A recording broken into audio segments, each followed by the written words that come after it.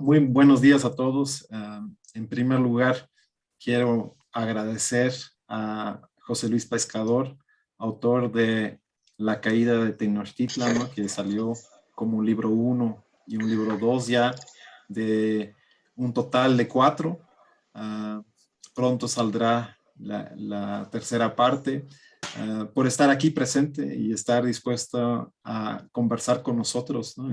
Creo que es una buena oportunidad y como ya dijimos, ya le puse nervioso porque dije que tengo 3 hojas de preguntas recopiladas por parte de los profesores, ¿no? Entonces, que no se siente presionado, que nada más es un ligero examen profesional, con muchos profesores. Bueno, José Luis nació en la Ciudad de México, si no estoy mal, en 1979, pero radicó en gran parte de su vida en Guanajuato. Es pintor, ilustrador, escritor de cómics, ¿no? Y tiene un fuerte compromiso social con la sociedad mexicana. Y bueno, le doy la bienvenida a José Luis y si estás de acuerdo, te planteo varias preguntas que nos formularon los profesores, ¿de acuerdo? Sí, totalmente de acuerdo. Muchas gracias por la invitación, Cepe. Bueno, te agradezco mucho a ti y a todos los involucrados, involucradas, ese análisis tan minucioso que haces de mi trabajo. Te lo agradezco mucho. Muchas gracias. Bueno, la primera pregunta es la de cajón, ¿no? ¿Qué le motivó a crear estas novelas gráficas sobre la conquista? Es la pregunta que muchos hicieron. Sí, pues la historia de México tiene muchos pasajes que pues, están pocas veces novelados en novela gráfica. Justamente he estado muy atento siempre con el gusto por el cómic, por la producción que se hace en Europa sobre prácticamente cualquier evento histórico, Napoleón, sobre todo el cómic franco-belga, o también en Latinoamérica hay como cierta atención a eso. Y en México también la hay, pero las novelas que yo lograba identificar, por ejemplo, me acuerdo una de Sor Juana Inés de la Cruz, dibujada por Sixto Valencia, pues era de las mejorcitas, pero había otras que estaban muy hechas muy feo, muy a lo tonto. Y quise retomar esa tradición mexicana de hacer cómics sobre esos pasajes históricos, que además algunos son muy interesantes y sentía que estaban muy poco novelados en historieta. Entonces, por eso ahí decidí entrarle hace, sí, ya varios años a ese camino. También intentando buscar un poco en Marvel y estas cadenas grandes, pero pues como que no estaban tan abiertos al estilo que luego les mandaba, pues no sé, de todos modos a mí me interesaba más como este tipo de historias nacionales, no solamente no como poniéndoselos a las historias que hacen en Estados Unidos, por ejemplo, sino simplemente como un interés genuino de buscar en las narraciones de la historia de México o de cualquier lugar, otro tipo de narraciones más interesantes. La caída de Tenochtitlán, bueno, después un poco inspirado en estas sagas como El Señor de los Anillos o Game of Thrones, que son narraciones épicas, pues esta también tiene todos esos elementos, gente traidores, vestuarios impresionantes, unas mitologías increíbles, ciudades que parecen sacadas de narraciones extraordinarias. Pues entonces era como lógico, creo yo, caer en ese encanto por Okay. la... ¿Cuál es la parte que más disfrutas al producir tus libros? ¿Dibujar o escribir? Y en este sentido, ¿qué elementos en tu formación han sido determinantes para cohesionar estas dos habilidades? Pues creo que lo que más disfruto es investigar. A veces para averiguar sobre un cómic, lo hago un poco para aprender sobre ese tema. Entonces, averiguar sobre cómo podría abordarlo, pues es muy apasionante. Es creo que la parte que más disfruto. Luego ya haciendo el guión, que es lo primero que hago, es un poco tormentoso porque es tratar de organizar y decidir las ideas. Una vez que ya empieza a tomar forma, pues entonces sí ya se vuelve una cuestión muy cuidadosa de estar seleccionando lo que van a decir, los diálogos, pero a la hora de dibujar, pues creo que ese es el placer máximo, el tratar de reconstruir todas esas historias. Hay muchos dibujos, aparte de los que están publicados, que son los ensayos de los personajes, la reconstrucción más o menos de los escenarios, y esas pues no están ahí impresas, pero sí hay mucho trabajo atrás de cualquier personaje. Por ejemplo, Moctezuma o Kakamatsu están dibujados profusamente, mucho, mucho antes de llegar a una idea ya clarísima. Justo hay una pregunta sobre lo que mencionabas, ¿cómo se elabora una novela gráfica? Después del plan completo, ¿se encara la investigación y se va escribiendo al tiempo que se investiga o son procesos separados? ¿Cómo se hizo? ¿Cómo se hace el guión? ¿Cómo tenías un guión previamente o vas construyendo? ¿Cómo va el plan? ¿Cuál es la metodología de trabajo que tienes? Ojalá pudiera hacerlo por métodos separados, o sea, primero el guión y terminado, pero sin embargo se va juntando, digamos que por la premura del tiempo que siento que bueno, que hay que entregarlo o avanzarlo, pues lo voy haciendo todo al mismo tiempo. Entonces hago un esqueleto de guión y luego lo voy complementando con los dibujos que tengo. Entonces tengo a la vista todo y después voy planeándolo por secuencias para tratar de hilarlas entre todas y hacer una narración lo más compleja posible, tratando además de que hablen todos los personajes y que la narrativa esté, que sea más coral que individual.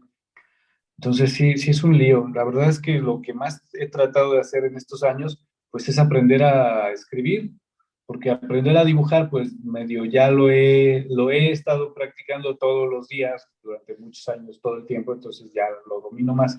Pero aprender a escribir, pues es otro universo. Y pues trato de ver deshilachar lo más posible series o narraciones o literatura de todo tipo para tratar de entender esos lenguajes. He tomado algunos talleres de dibujo, de narrativa en alguna ocasión, pero pues soy más bien autodidacta en ese sentido. Y en ese sentido es muy diferente el trabajo solitario, comparado con ese trabajo en colaboración con un guionista. Sí, es diferente porque hay más libertad de tomar decisiones totalmente.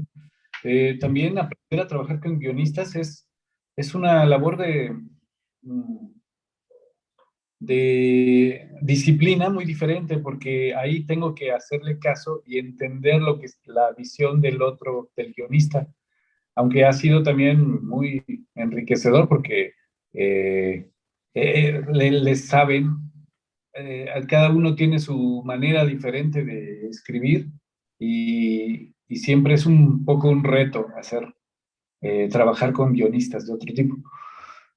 Entonces, cuando ya me enfoco a hacer mi propio guión, pues ya tengo mucha más libertad y puedo hacer tomar las decisiones que yo quiera. ¿Cuánto tiempo te llevó a concretar ese trabajo? La caída de Tenochtitlán tiene una historia larga porque la empecé en el 99 con una beca en el Instituto de Cultura de Guanajuato. Ahí pues era muy joven y muy inexperto para contar historias, pero ya tenía esa espina de hacer la caída de Tenochtitlán y la metí en una beca, me cumplí con lo que necesitaba de terminar cierto número de páginas, pero la historia pues estaba muy verde, como una investigación de un año más o menos, metido en las bibliotecas totalmente. Pero luego la abandoné o la dejé enlatada durante todo este tiempo hasta que en el 2018 la retomé para terminarla. y entonces hubo la oportunidad de publicarla con Random House, y ahora sí retomarla en serio después de ya haber adquirido experiencia dibujando Diego Rivera, la biografía de Diego Rivera, dibujando lo de Telcingo, dibujando pues un montón de cosas. Estuve haciendo también cómic para adultos en algunas editoriales en Francia y en España. Entonces eso también, más la ilustración, más la pintura, más todo, pues ya tenía las tablas para ahora sí emprender un trabajo de novela gráfica propio. Ok. Una última pregunta sobre la elaboración. Justo cuando decías que en el 2018 hubo la oportunidad, bueno, más adelante de trabajar con el grupo editorial Random House, ¿cómo es el trabajo con una editorial? ¿Es cordial o es una estira floja? Me preguntan acá. Pues no, es bastante cordial porque además, pues que ahí primero lo platiqué con Andrés Ramírez, que fue con quien primero entré ahí a platicar, y pues es una persona totalmente cordial, justamente me dijo que quería que ese libro les interesaba para publicarlo, porque yo le presenté otros del Marambo Comics y otras cosas que tenía, pero ese le llamó la atención y pues ha sido bastante cordial. Yo le pregunté a Francisco Hagenbeck, otro escritor muy publicado, que si me convenía trabajar con Random House. Me dijo, pues claro que sí, te conviene, Andrés es uno de los mejores editores de México, etcétera, y pues va a ser una buena entrada. Y pues ya eso me decidió a saber que estaba en lo correcto al publicar con Random House. Curiosamente, Random House no publica cómic en México, es en España y en otros países creo que sí lo hace más, pero aquí no. Entonces, con la caída de Tenochtitlán también ellos se estrenaban en publicar cómic en México. ¿Y esto va a ser una nueva tendencia o de la Parece, editorial?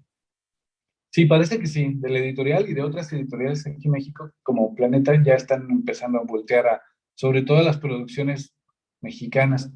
¿Qué público pensaste cuando creaste La caída de Tenochtitlan? Pues pensé sobre todo en lectores de cualquier edad. Pensé que tenían que proponer un texto complejo y que al mismo tiempo pudiera ser muy entendible, que lo pudieran leer cualquier, cualquier persona, por muy joven que sea, con lo suficiente, con que sepa leer, pues ya. Entonces yo pensaba como, imagino lectores de 12 años en adelante.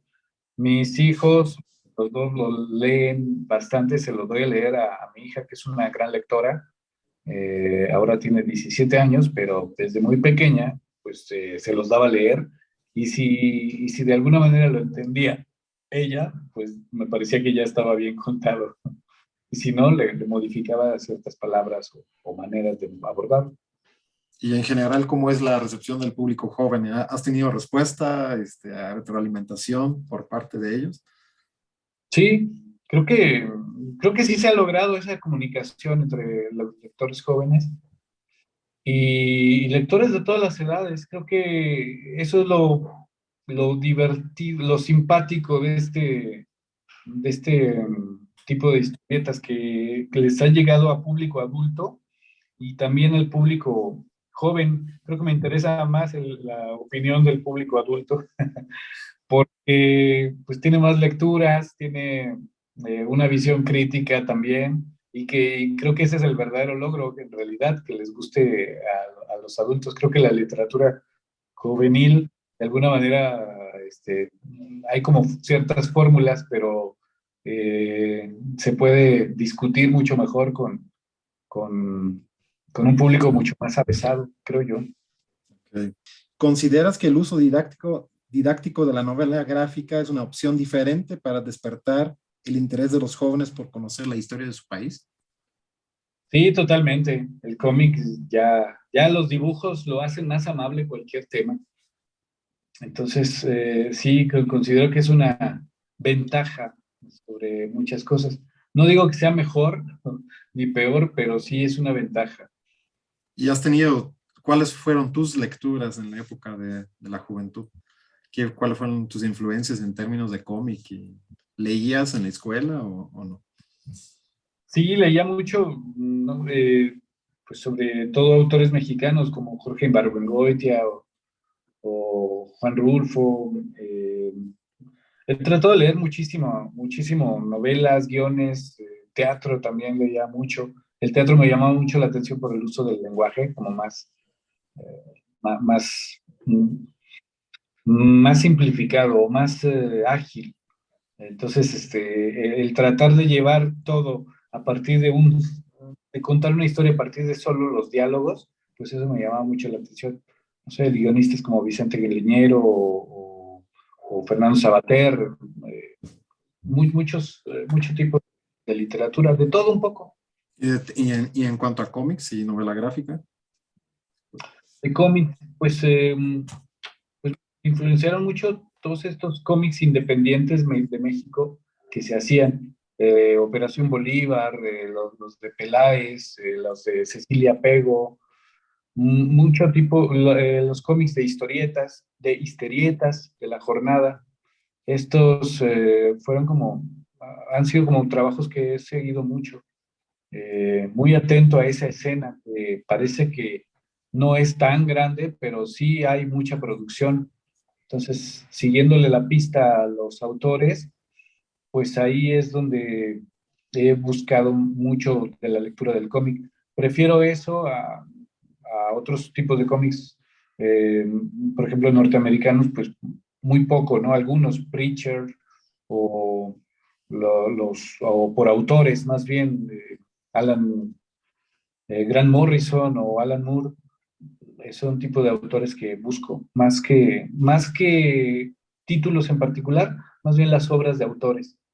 Y del cine, pues me alimento muchísimo. Creo que el cómic tiene más que ver con el cine que con otros cómics. ya. ¿Y de cómic histórico? ¿Tienes algún referente importante o? Pues Maus, por supuesto, pero también ay, ¿cómo se llama?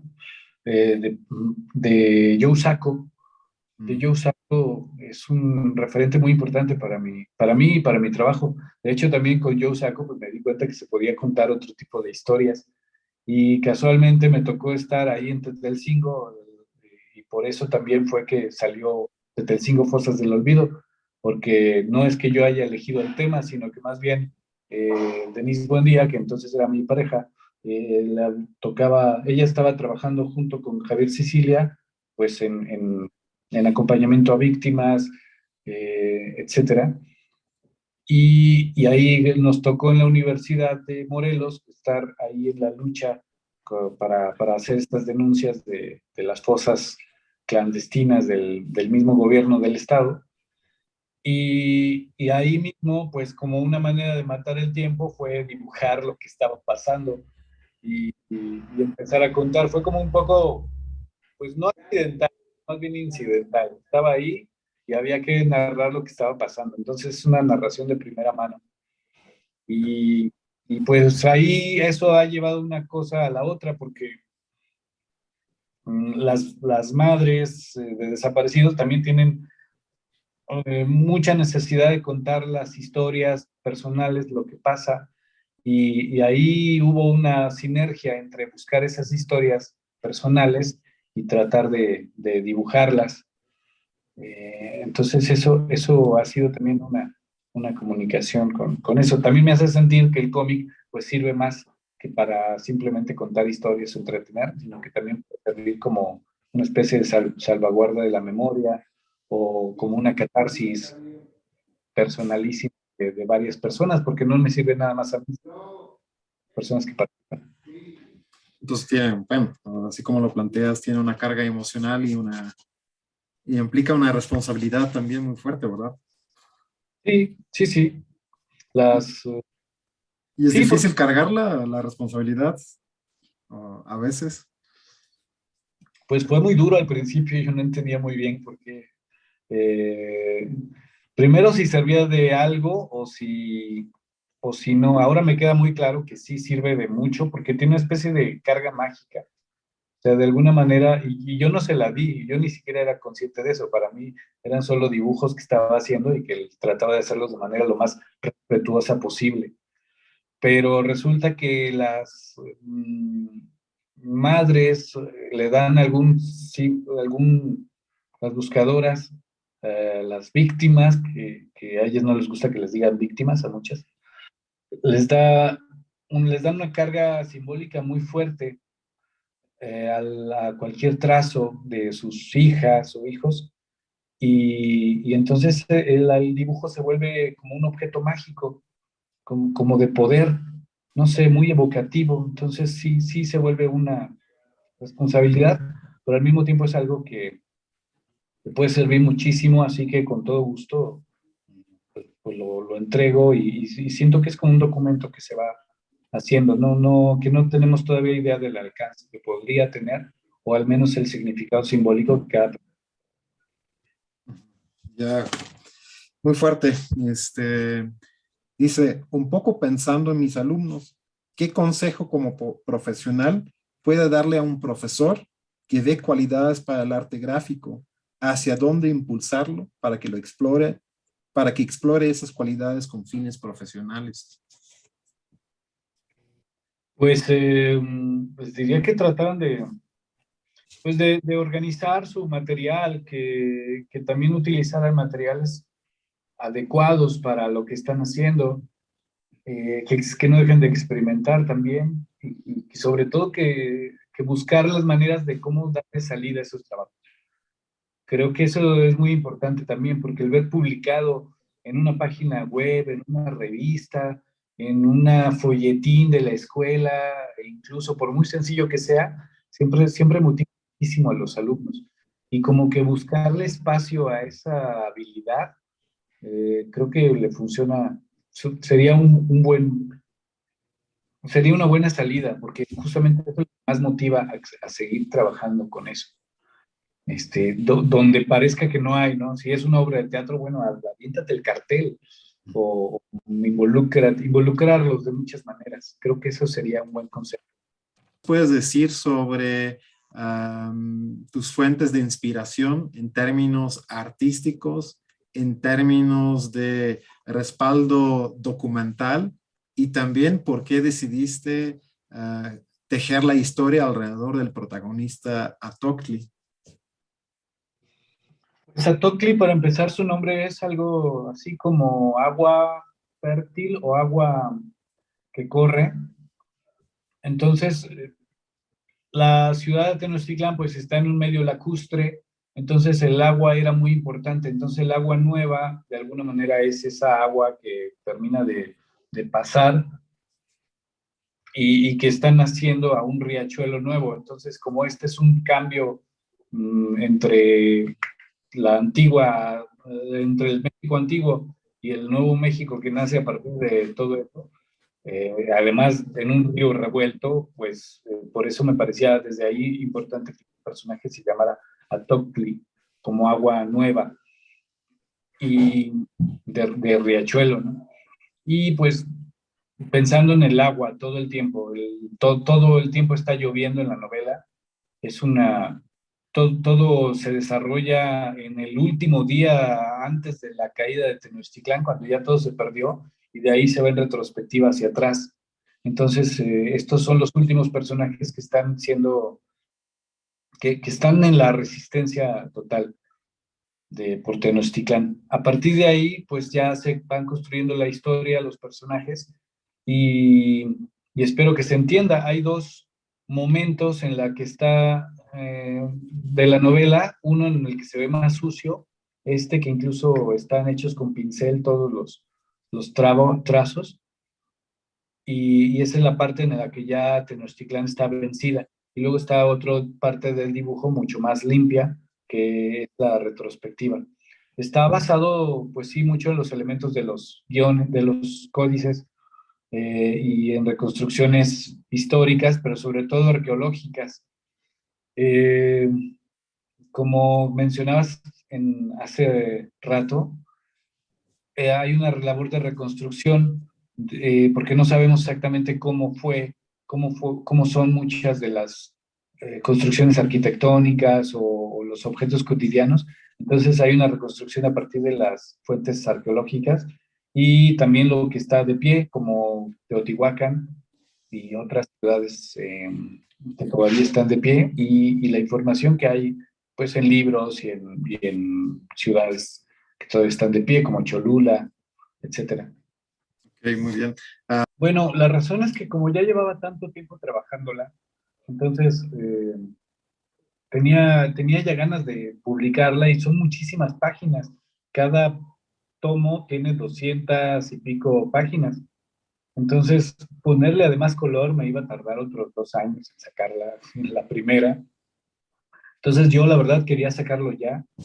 No tengo ningún problema con que sea en blanco y negro porque también confío en que es evocativo el color, ¿no? De todos modos, pues es una deuda importante porque México también es colorido. De hecho, los españoles están pensados como si fueran más oscuros, un poco como las pinturas del arte español. Pienso en la pintura de Goya. Entonces, son como una mancha negra que invade un mundo lleno de colores, que es el mundo indígena. Entonces, sí es importante el factor del color, pero que también lo podemos evocar con la mirada, aún sin tener color, pues eso es gratis, ¿no? Eso es una ventaja que sí tiene el blanco y negro, que también puede ser evocativo. Entonces, pues bueno, les debo el color por el momento. Yo quería sacarlo ya, como los cómics japoneses, que también tienen mucho, pues son muy gruesos precisamente porque son en blanco y negro y la producción es más veloz.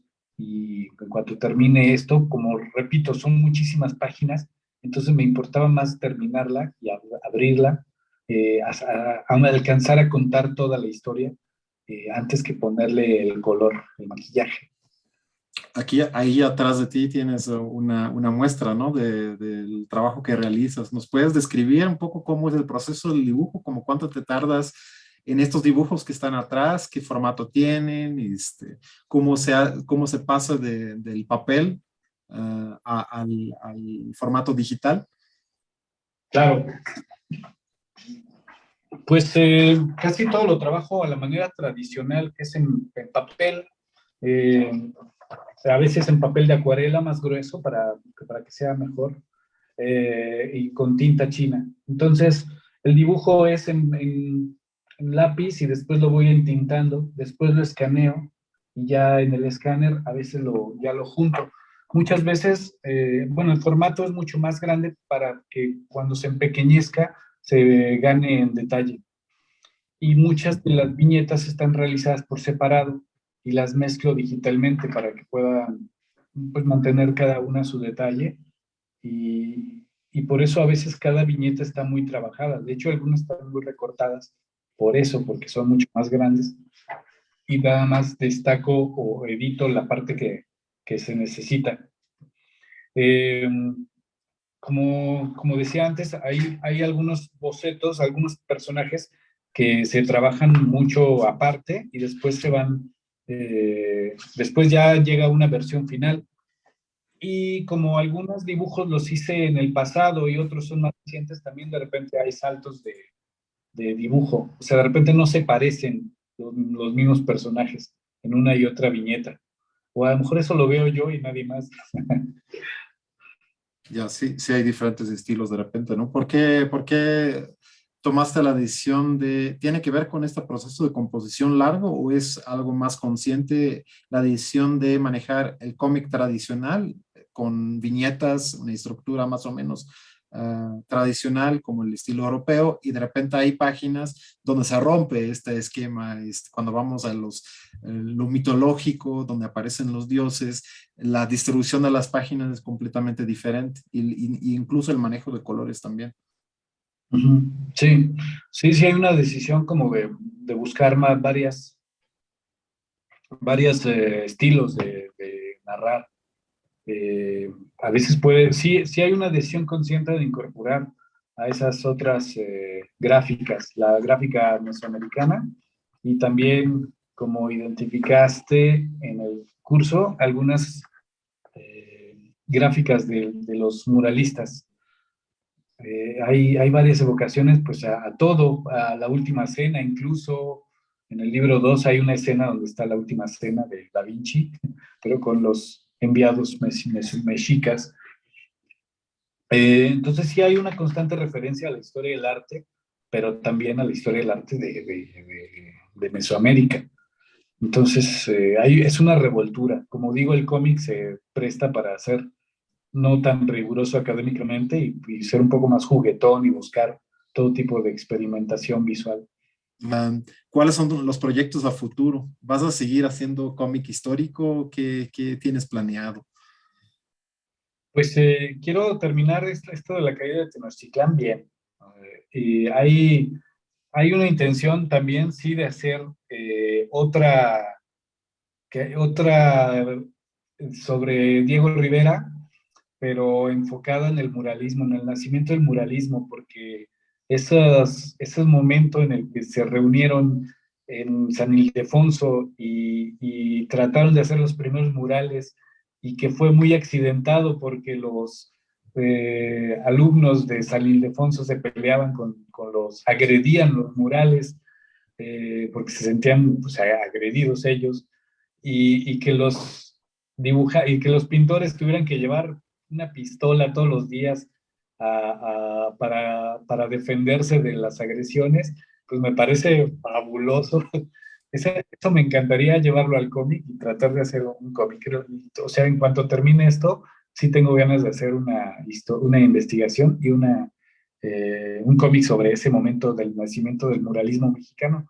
Y hay un festival que organizamos de cómic en Cuernavaca, que se llama el Festival de Cómic Marambo, y eso pues lo estamos organizando entre otros dos amigos y yo para tratar de hacerlo pues lo mejor posible en octubre próximo, entonces en eso ando trabajando. Hola, ¿qué tal? Yo te felicito, en verdad. Todos esos matices que tú nos hiciste sentir, ¿no? Todos esos pequeños detalles que están en cada una de tus láminas. A mí, la verdad, me fascinaron. Sentí, como ya habíamos dicho, como si estuviéramos ahí. A mí me encantó no solamente el personaje o el caballero águila o los chicos cuando están viendo los códices. A mí me fascinó la diosa que pusiste, Chicomecoatl, con su faldín, ¿no? Todos esos detalles que tú pones alrededor y que son parte de nuestra vida vivencial, ¿no? El alimento, la vestimenta y todo esto, esta cosmogonía que está presente por ejemplo, en esa lámina. Ya el maestro Rodrigo te preguntó algo bien importante, que era acerca de las mujeres, que también tú lo quisiste introducir así, pum, ¿no? Como un destello. Nosotros ayer en una lámina, la que nos tocó o nos gustó, era precisamente el papel que tenía la mujer dentro de la civilización. Y aquí no solamente Malitzin, ¿verdad? Estaba, sino las esposas de los gobernantes. Muchas gracias, te agradezco el tiempo y dedicación que le dedicaste a estar con nosotros y te felicito y aplaudo que un mexicano haya sido reconocido también en otras partes del mundo. Gracias, te lo agradezco y el aplauso es para ti. Gracias. Muchas gracias, maestra Alicia. Para mí era muy importante que se sintiera el cómic como si estuvieran ahí los lectores, entonces que me lo digan, pues me parece que se logró el objetivo inicial desde ahí, ¿no?